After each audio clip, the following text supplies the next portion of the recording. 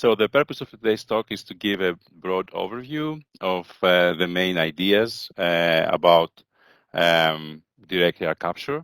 And I guess we're all very interested here about carbon management, and direct air capture is in one of the technologies broadly referenced in the portfolio recently.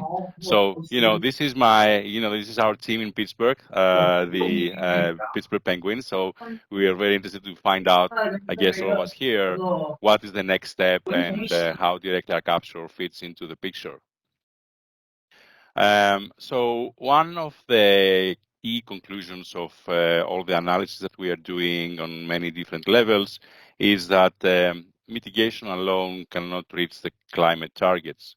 So we know from our different analyses what would be the emission of greenhouse gases if we would proceed in a business as usual scenario, which would be this red line here, this yellow line here.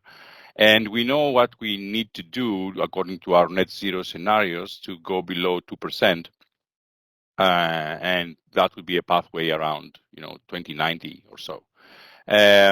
So after we have done anything to mitigate any new emissions that we have from greenhouse gases, still there are things that we cannot mitigate. There are areas of human activity, like cement process that inherently produces CO2, like agriculture, like transportation, that it seems it's one of the hard to abate sectors, and so forth. And this means that we still will be emitting emissions like CO2 and other greenhouse gases for some time.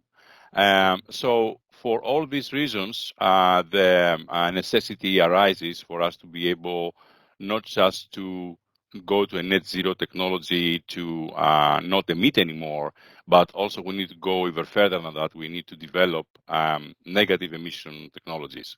And that's the message of this graph here. So what are the different options for us to do to realize this necessity to address this requirement for us to meet our climate targets? And I will show you 3 different slides that categorize these different technologies with different criteria. So here we see a technology category.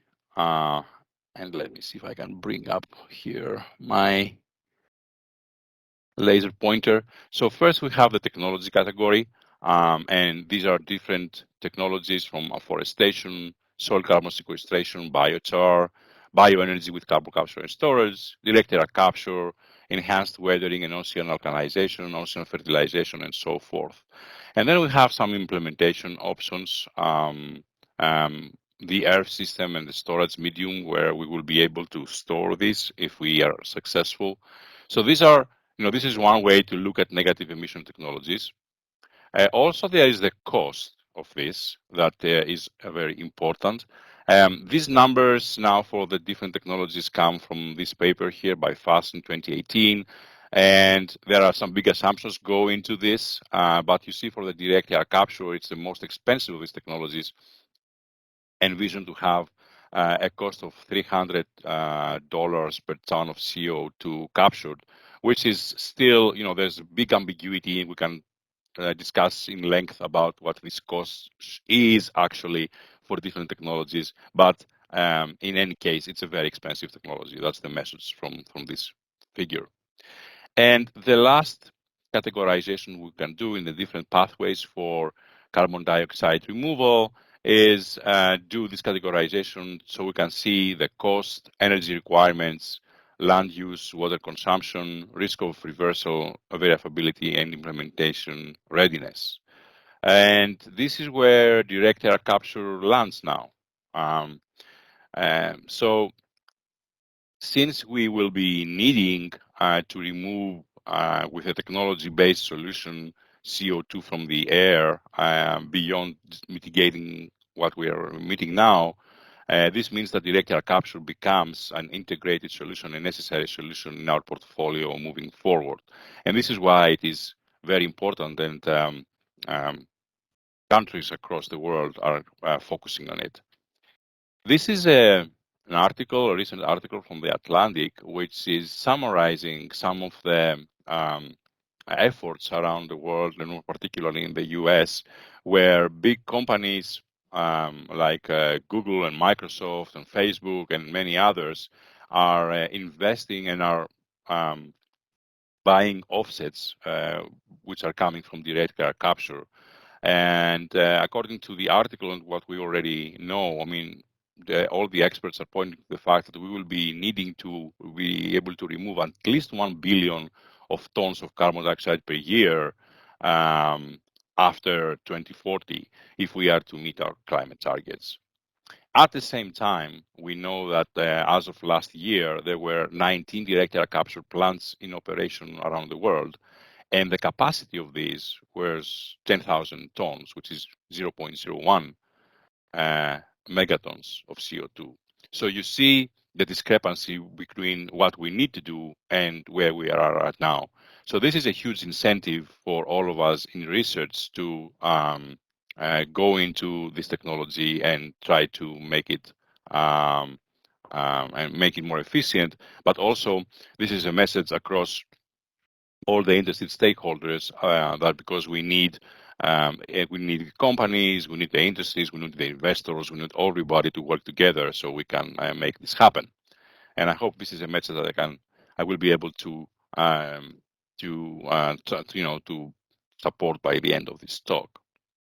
So there are intense efforts on a global scale to remove the CO2 from the air. There are companies which have industrial scale or post-plant, let's say pilot plant scale applications.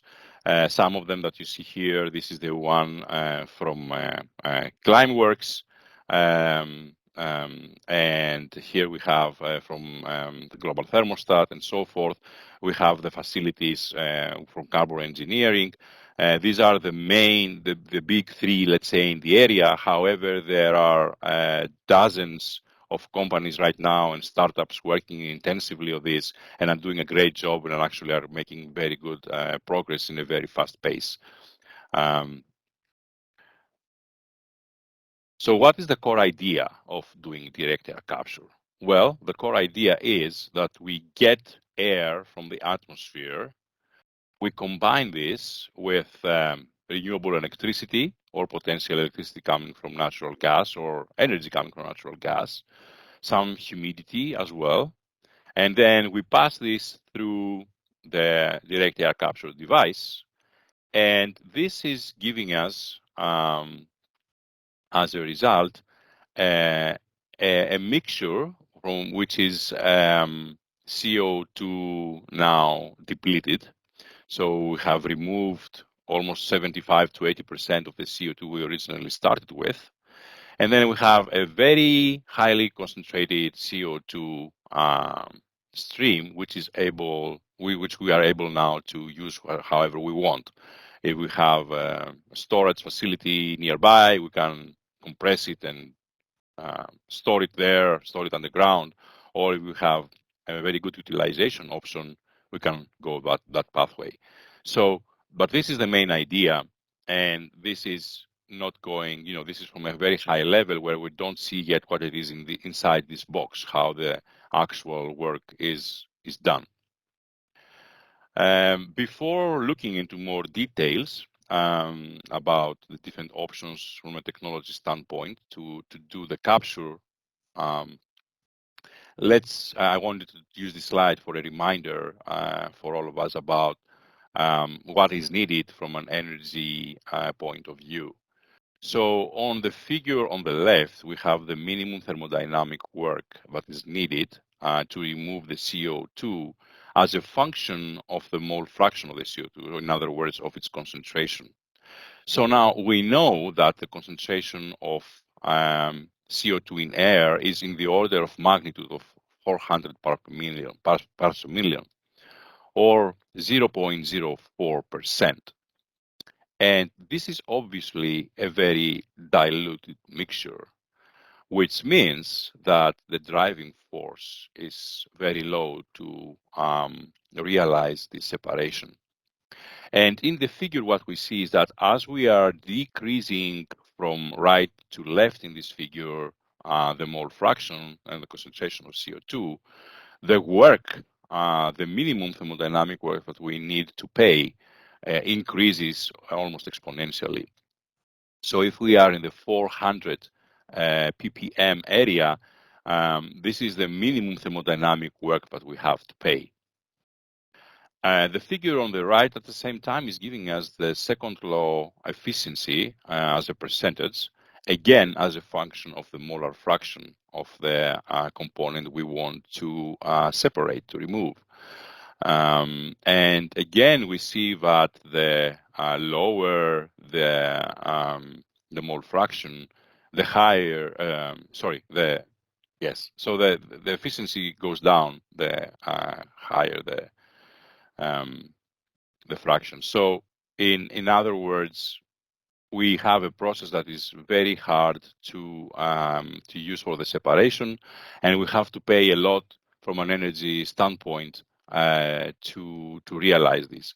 Now, this becomes even more problematic if we think that on top of all of the minimum thermodynamic work, we have to account for all the different inefficiencies in the different steps. And that's why this makes this a very expensive process. Now, turning our attention to the most prevalent technologies, not the only ones, but the most prevalent ones, from at least from a big scale implementation, we have two main options. Option number one is the liquid solvent direct air capture. This is a process on which carbon engineering excels at.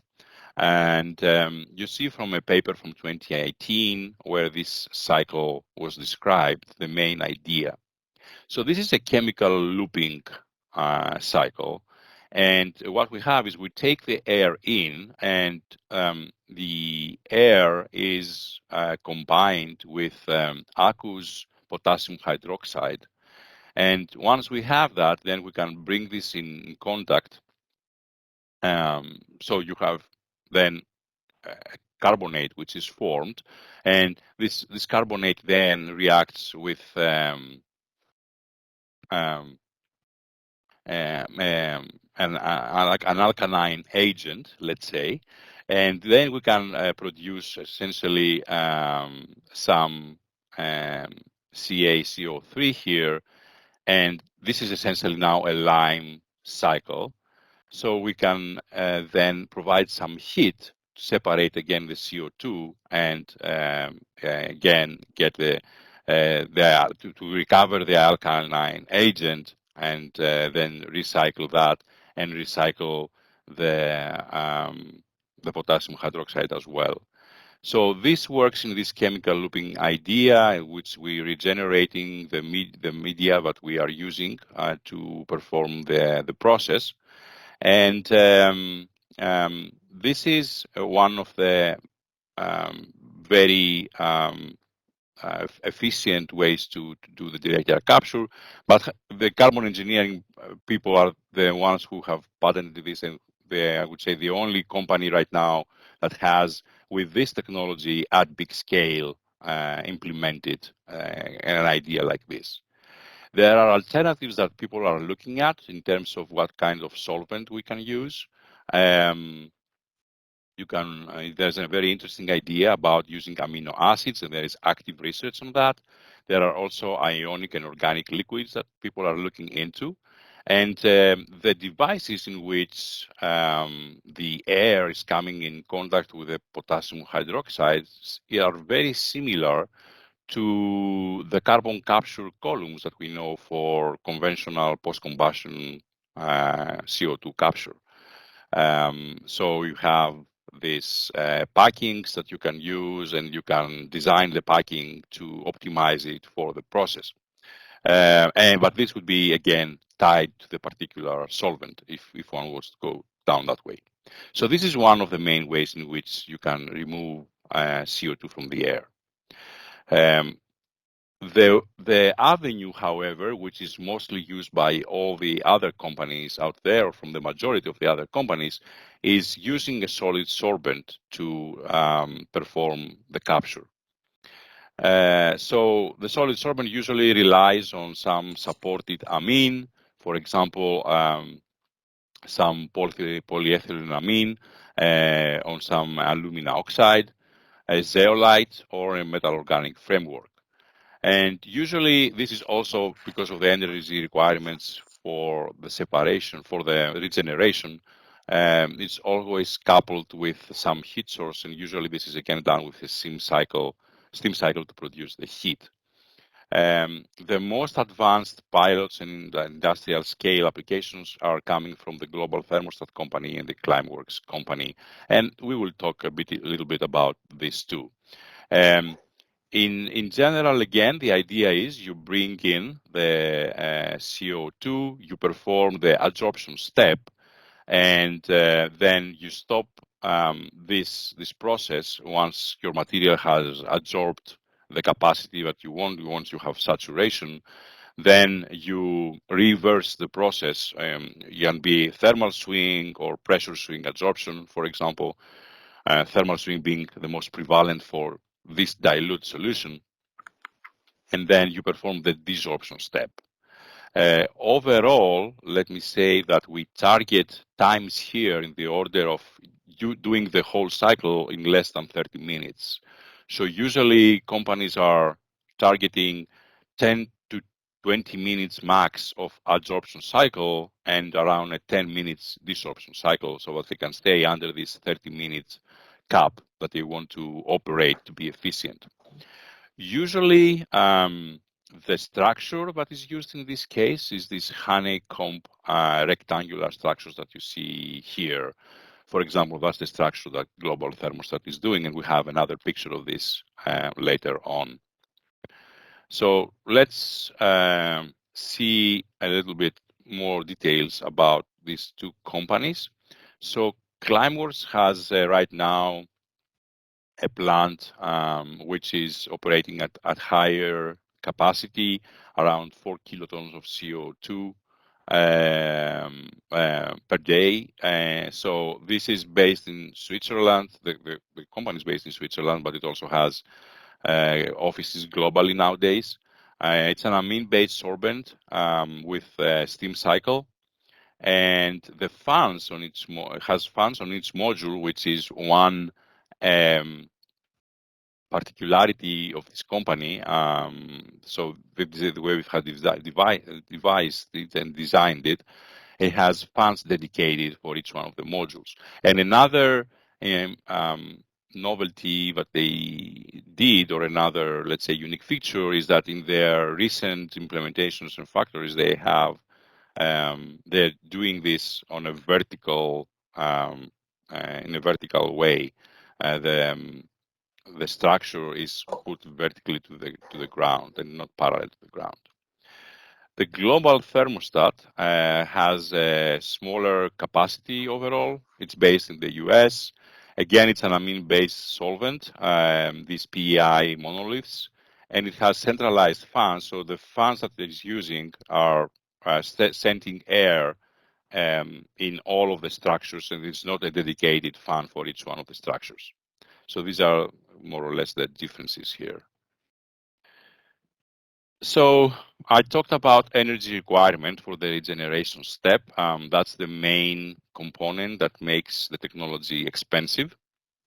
So if you would like to keep a number getting out of the lecture, the number is around 250 megawatts for each million ton of CO2 we would like to remove.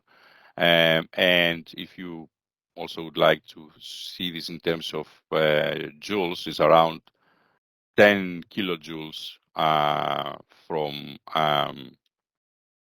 10 kilojoules for every ton of CO2 that you want to remove.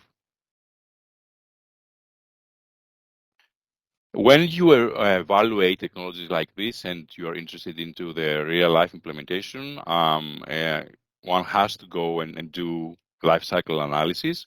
And because we have this requirement for this much energy, it is crucial for the implementation of the technology to get this energy from low carbon solutions.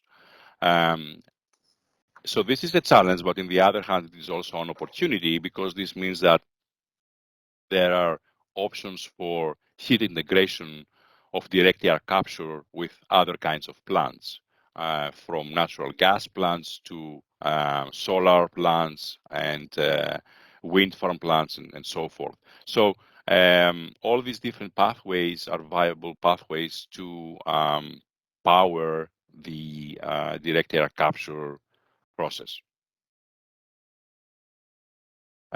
I'm gonna mention a little bit more about more things about temperature swing adsorption and compare it to pressure swing adsorption. And I want to do this comparison because PSA has been traditionally used very successfully for post-combustion carbon capture because their CO2 is at a much higher concentration. And just I want to drive the message that that the thermal swing absorption is the most suitable. However, vacuum pressure swing adsorption still remains an option for various reasons that have to do with how well we know the process and how we can make it scale. So the pressure swing adsorption, it operates in a way where we first absorb the material and then we increase the temperature to desorb it. So we supply heat essentially. So if we have compare it with the pressure swing adsorption, this is how the driving force looks like. So we have one heavy component, which is CO2, and one light component with nitrogen. We want to separate these two. So if I have a pressure swing adsorption, this is how, there should be an animation here.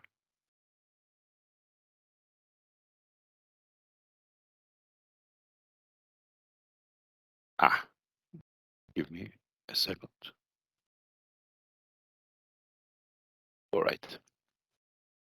So that's how pressure swing works. So first we pressurize the bed and we absorb the CO2, and then we can use this because we have another bed that is already absorbed to desorb. And here we can recover the light component, which is nitrogen, and the heavy component, which is the CO2. We'll get it out of the desorbed bed. So this is how pressure swing adsorption works. And now let's go into the thermal swing adsorption. So here we first start by adsorbing the material, and then we increase the temperature and we are desorbing it. So we are getting from the desorbed bed the heavy component, in this case CO2, and from the other one, the light. So a comparison between TSA and PSA is looking like this. So thermal swing adsorption has high selectivity, low energy usage, at least compared to pressure. It is a versatile method, and you can apply it in a more generic way with more, you can combine it with easier way with more technologies for capturing the CO2.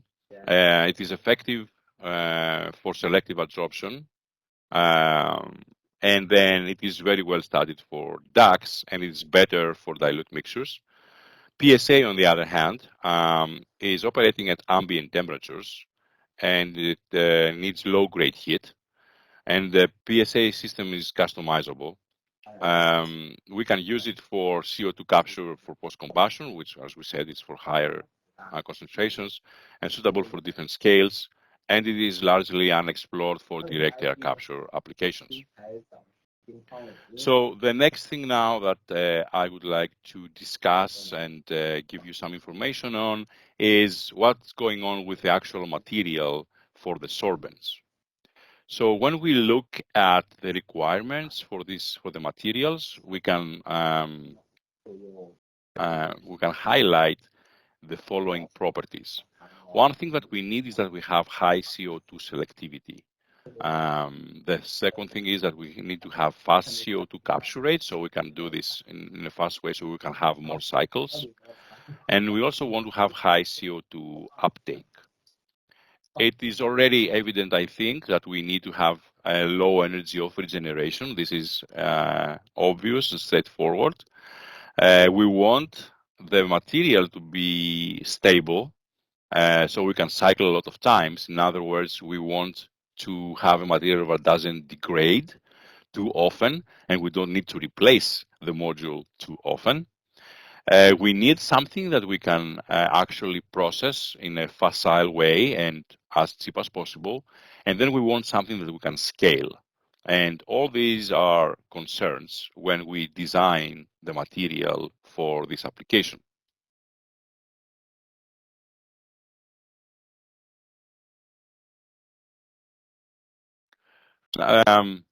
So we live in the era of the DAC fever, as a colleague of mine from National Energy Technology NETL at Pittsburgh says. And what we see here is the number of publications just on materials for DAC historically since 2015. And you see that there is an explosion in the last years after 2020. And we are still evaluating what will happen in 2023. But I think that we are somehow close to 80. So I think that the rate, we're going a little bit like exponential here. We'll see when the year ends. But the message is that there is a lot of interest and a lot of research taking place around materials, solid sorbent materials for direct air capture applications. So what are the different options when we want to realize solid sorbent based capture for CO2?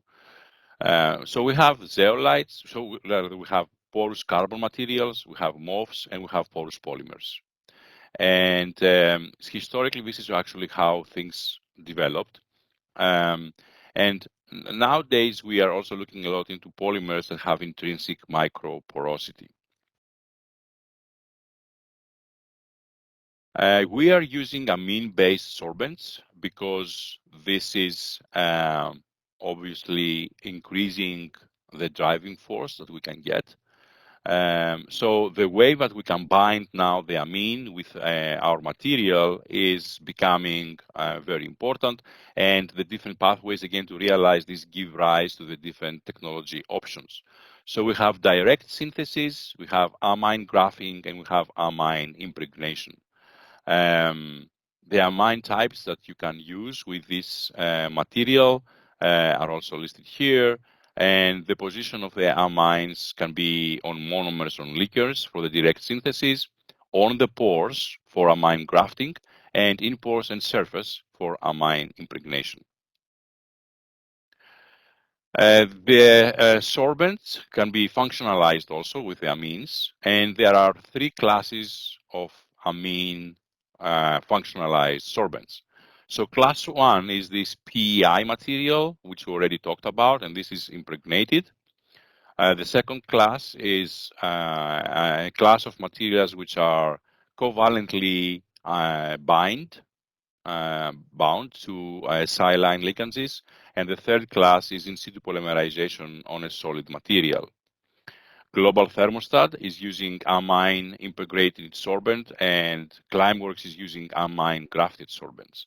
So this is giving us an idea of the technology these companies are working on. There are a lot of materials nowadays for DAC in the literature. This is coming from this paper in 2022, which made an effort to summarize all of them. And literally, we're talking about dozens of materials that people are trying out. At the same time, again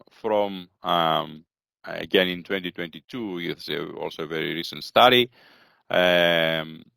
there are a lot of companies investing in direct air capture, so this has caused a lot of interest. This area obviously is attracting a lot of interest, and there are a lot of players now that are heavily investing in this area. And as I'm looking at the list, I already noticed that there are new companies that are not in this list. So there is one area. So we have very good research, and there is ongoing. There are many ongoing efforts for designing new materials for direct air capture that have all these requirements that we discussed before. However, these materials are not also coupled or are not also linked with efforts to optimize the contactors at the same time.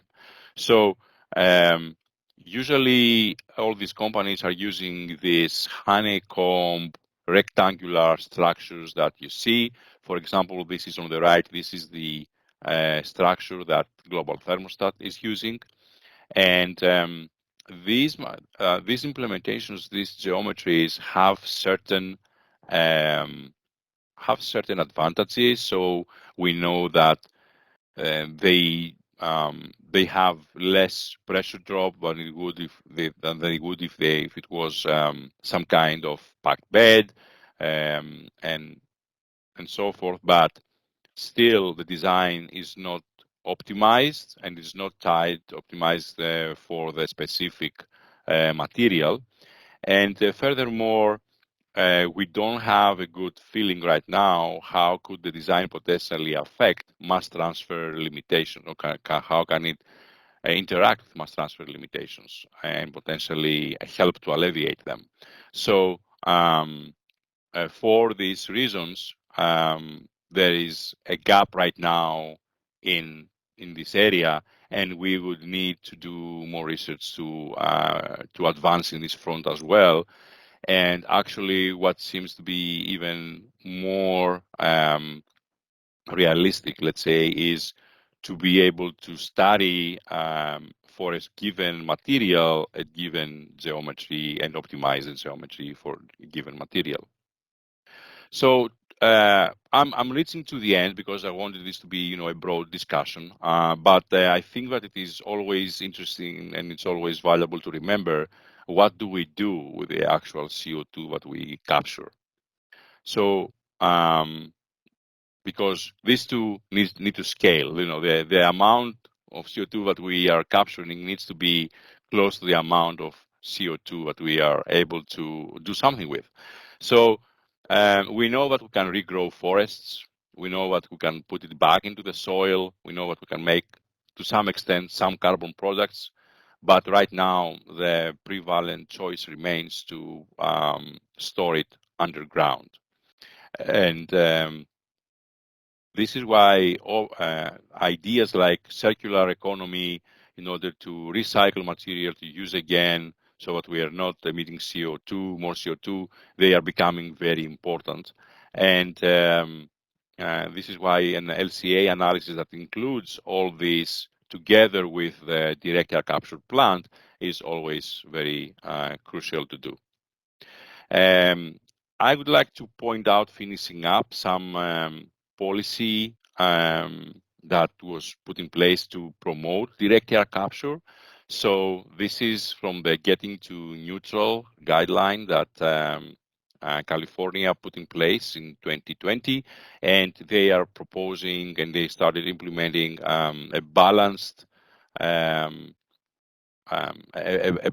pathway of having direct air capture together with other renewables, so that they can create a grid which is stable. And finishing up in terms of the policy support, there has recently been a huge drive for people in the US to do more work on direct air capture. And this is the outcome of two specific pieces of legislation. So the bilateral infrastructure law had provisions for 3.5 billions that the U.S. administration is going to spend to build 4 direct air current plants in the US. And actually, we are in the stage in which the 4 locations have been selected. And the projects and the consortia that will build this have also been selected. So we're moving very rapidly forward.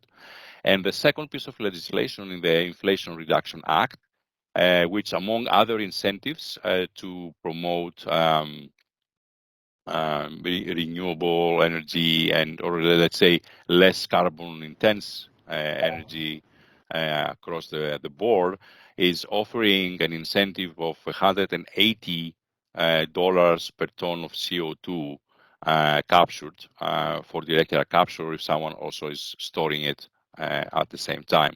So we see that this has amassed huge interest by investors. So if I am to conclude here, this is my last slide. I would like to mention the key challenges that we face right now for direct air capture to make the next step. So we need to address the issue of the lifetime and degradation. This is something that is pointed out by all the life cycle analysis that we have done. We need to minimize the times that we need to go and replace our modules. And the other major issue is we need to minimize the energy requirement and the delivery. So we want to have high energy to dissolve CO2 by using steam. We also need to address the large gap that currently exists between material development and contactor design, as I explained previously. So we need to go and study more in detail and do some more detailed analysis with using more detailed modeling and capture the major elements from this one and pass them to higher models. So there is a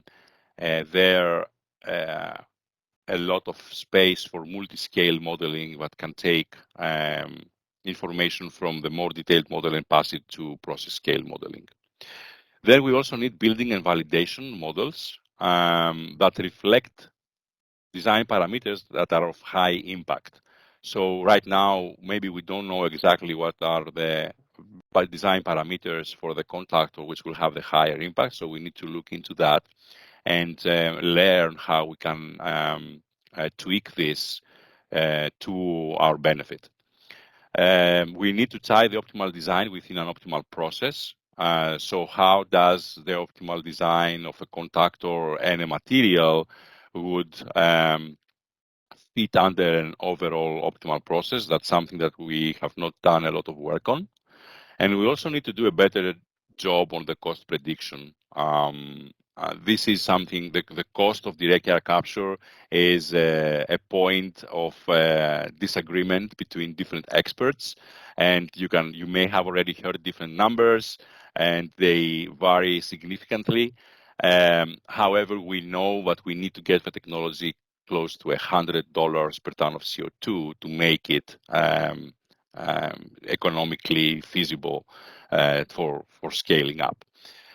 So we need to have transparent, integrated multi-scale models and and data that we can validate with to do these cost projections. We need testing facilities to evaluate the technologies.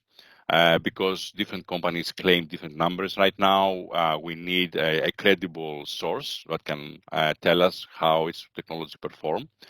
To that end, under the bilateral infrastructure law that I mentioned earlier, the US government made provisions to create a national testing center for direct air capture technologies. And this is built as we speak inside the National Energy Technology Laboratory. So after 2024, US will have this ability to test the different technologies at a federal lab. Finally, but not the least important by any means, is that we need to mobilize investment that will push towards the process scale up of the technology. So with this, thank you. And I hope that I gave you at least a broad overview of direct air capture. I'm very happy to take any questions you may have. Thank you, Dr. Panagakos. And do we have any questions for related to direct air capture? I think that's really fantastic. That was a fantastic presentation with some fundamental information and also the challenges. It's also great to see that the policy support, is that $180 per ton CO2 support. That's quite a lot. Yep, it is. It is. Yeah. But that So if you have actually a technology, sorry, go ahead. include the CO2 storage. Right. Good question. Let me remember. So you need to have a storage, and to prove to the U.S. government that you are storing it to get the money. Yeah. Yeah. So I think for the key question, just my personal idea is we can do the capture. That probably is fine. But the challenge is what are we going to do with the capture the CO2? So we know CCS, we know CCU, but for DAC, because it's a separate concept or comes technology. So Yes, you are quite right. We know how to do it, but we need to learn to do it in a more efficient way. And there are these challenges. I think that if we try to address them with research, it's one of them, and then we can make progress. But we shouldn't expect, because we have these limitations by the minimum thermodynamic work, we also have to be realistic about what to expect. We cannot make the cost 1/10th or 1/20th. It will be maybe we can do it 20% or 30% of what it is now, but we are not squeeze it to make it trivial.